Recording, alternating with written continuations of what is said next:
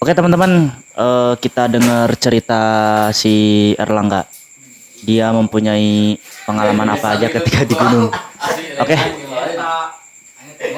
gak ya cerita pengalaman lu aja gitu. Hal-hal yang membuat lu terkesan gitu.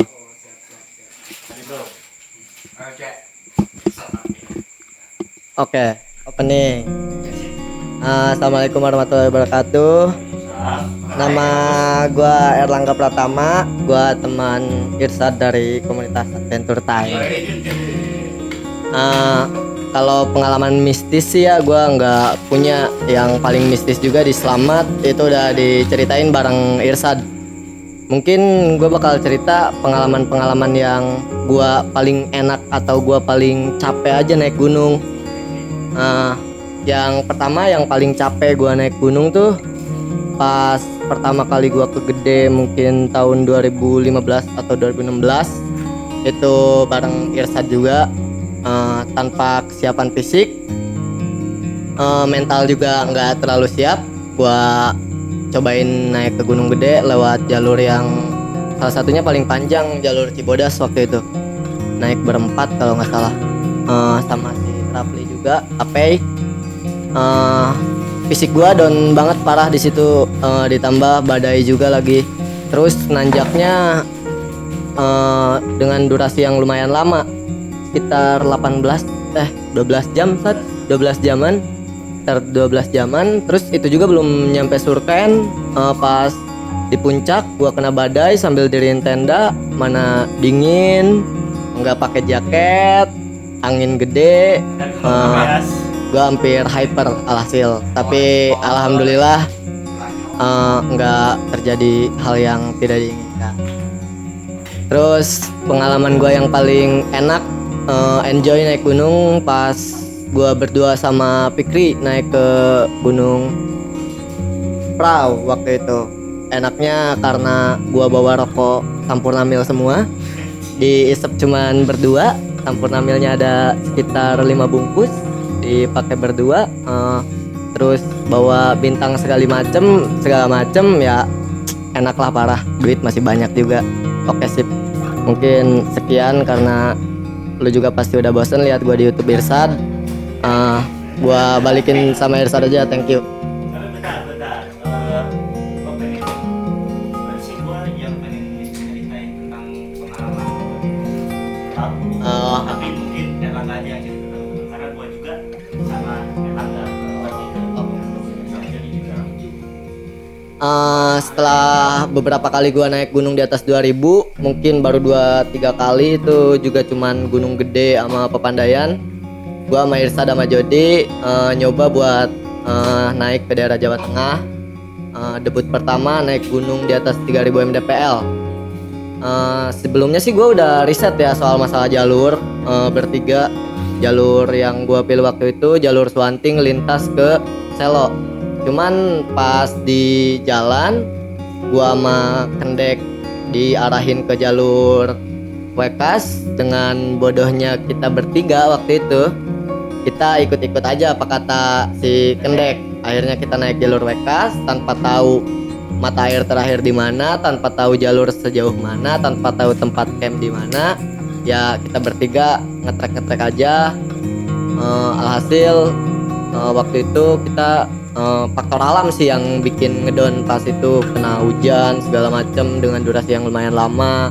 Terus di tenda juga karena alat belum mumpuni, kita bertiga kebanjiran dalam tenda. Sama orang Karawang waktu itu join. Orang Karawangnya hampir kena hypertermia. Abis itu gua ngecamp di pos 3 atau pos 4 gitu, mata air terakhir sebelum akhirnya gua lanjut pos 3 jalur Wekas. Gua lanjut jalan hari pertama di gunung, lanjut jalan. Irsad pas duduk di batu. Gua kan orangnya lumayan kocak ya. Pas waktu itu gua bercanda sama Irsad. Gua gimana ya, ngagetin Irsad dengan cara ngejorokin Irsad. Jorok, ya terserah lah. Gua kagetin dengan cara kayak gitu. Irsad hampir jatuh. Tapi alhamdulillah dia selamat, masih dikaruniai umur yang panjang oleh Allah. Kita lanjut jalan ngecamp di pos bukan persimpangan puncak antara puncak Sarip sama lanjut ke puncak Kentek Songo. Gua ngecamp di situ semalam lagi, kena badai. Jody agak lemot waktu itu. Emang lemot. Gua juga pas pagi-paginya karena kedinginan, pakaian udah basah semua karena sebelumnya kita kebanjiran di tenda. Gua sama awalnya sih kita mau keluar lihat sunrise tuh pagi-pagi. Awalnya Irsad kalau nggak salah yang pusing, Irsad sembuh, gak tahu kenapa malah gua yang pusing, anak-anak cabut keluar, gua nggak bisa bangun sama sekali dalam tenda. Akhirnya gua bikin teh manis, minum teh manis, alhamdulillah. Ternyata kita jalan lagi, ngetrek ke arah puncak Genteng Songo, terus lanjut turun Sabana 1-2, Sabana 2 dulu, turun ya. Udah alhamdulillah. Cuma kurang budget aja waktu itu. Oke, ya. Terima kasih. Oke teman-teman, sebenarnya sih pas pertama juga kan kita ke waktu ke Merbabu masih bocah-bocah gitu. Gua juga masih bocil, masih kelas 2 SMK, terus Erlangga itu kelas 2 SMP. Nah, jadi kita itu nekat sebenarnya di Kampung Rambutan juga kita kena calo itu. Harga budgetnya itu kemana sih gak dari kampung kena apa sih di Kampung Rambutan ke masih Bawen. Di Bawen itu kena 250. Harusnya ke Boyolali. Itu kan kita kan apa sih ya mungkin ketakutan gitu, si calonnya juga ngegos kayak deh di sini jangan main-main gitu, kalian jangan main-main, kalian lihat tuh di TV apa sih namanya, maling digebukin, logika gitu kan nggak jelas gitu. Emang gua kesini mau maling gitu atau apa, why kenapa gitu. Akhirnya ya kita karena masih bocil ya iya aja, nggak mikirin budget juga. Yang penting kata gua tuh ya udah berangkat aja dulu, pulang mah gimana nanti aja gitu teman-teman. Oke, kita lanjut ke Rehan. Kita dengar cerita atau pengalaman dia ketika mendaki gunung. Ya, nama gua Rehan. Pengalaman pertama gua naik gunung sih ke Gunung Gede sih, sama Erlangga, terus Fikri, ada Mei sama Rusdi. Ya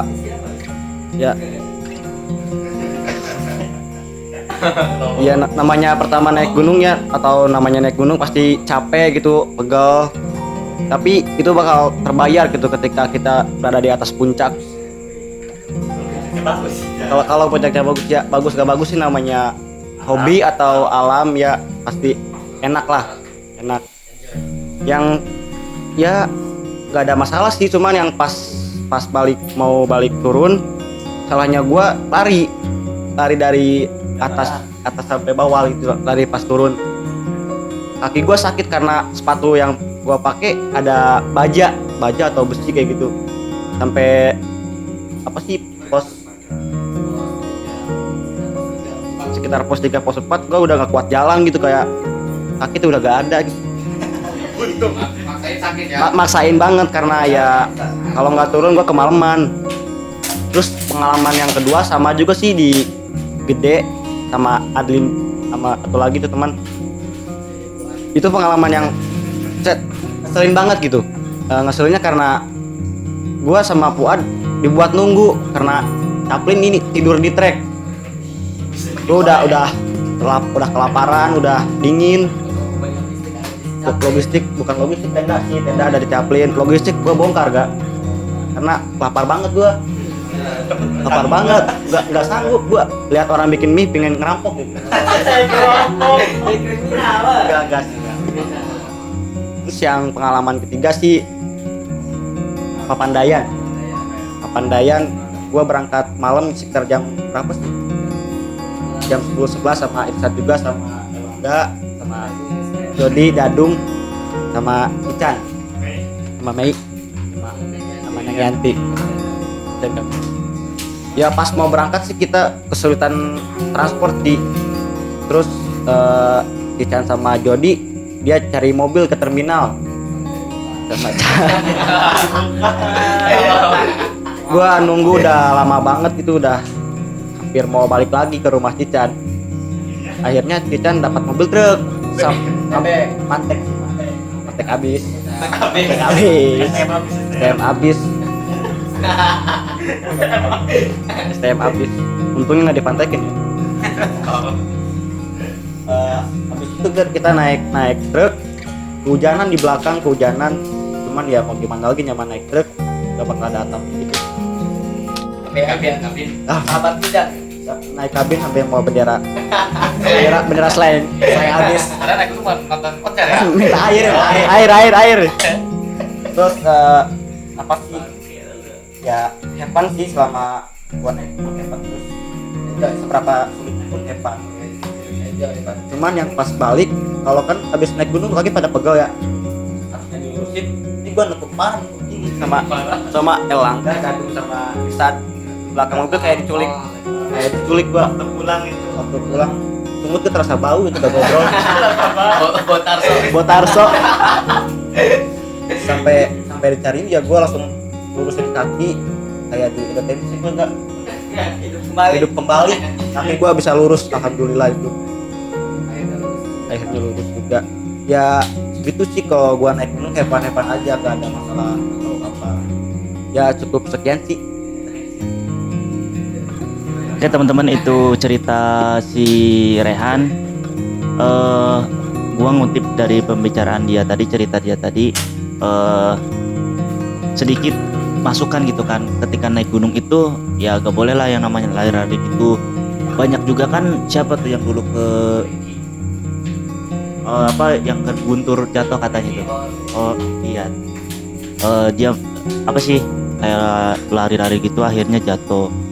Sebenarnya sih bahaya juga kan, di Semeru juga sering yang lari-lari gitu terus masuk ke blank 75, akhirnya ya paling parah sih meninggal dunia atau hilang, sangat parah. Oke teman-teman, itu cerita-cerita pengalaman kawan-kawan gua mah sering cerita gitulah, pokoknya mah sudah terwakili oleh mereka. Dan itu sebenarnya sih ada di belakang kamera, itu namanya Pluto, dia kameramen sejati. Dia juga pengalamannya udah jauh, kayak misalkan ke Salak berapa kali, terus ke Gede Pangrango. Dia juga kan punya koneksi tuh di Gunung Gede Pangrango. Jadi dia mah kalau misalkan mau naik gunung ke Gede ya tinggal naik aja gitu. Terus mungkin satu lagi, mungkin langsung aja ya semuanya, kesan dan pesan untuk kita semua, untuk teman-teman yang nonton juga, kayak misalkan saran gitu harus gimana gitu. Mulai dari Rehan dulu aja deh.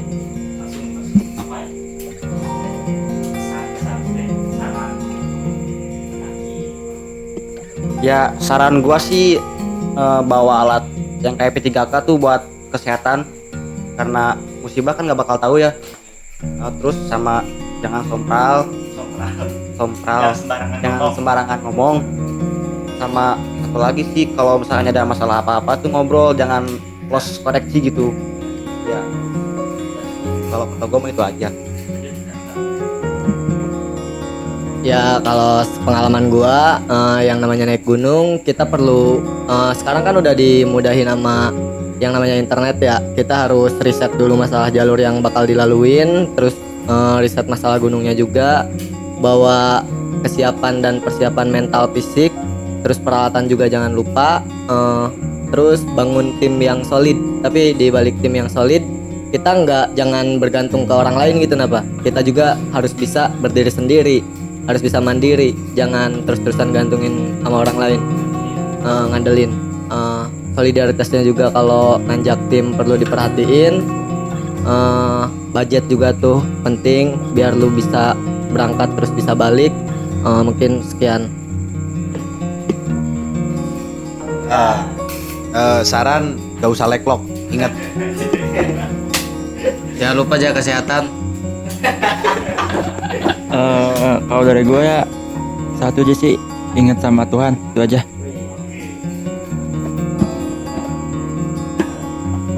Kalau dari gue sih ya kalau mau nanjak harus siap mental, siap fisik, jangan lemah iman nanti biar gak kerasukan.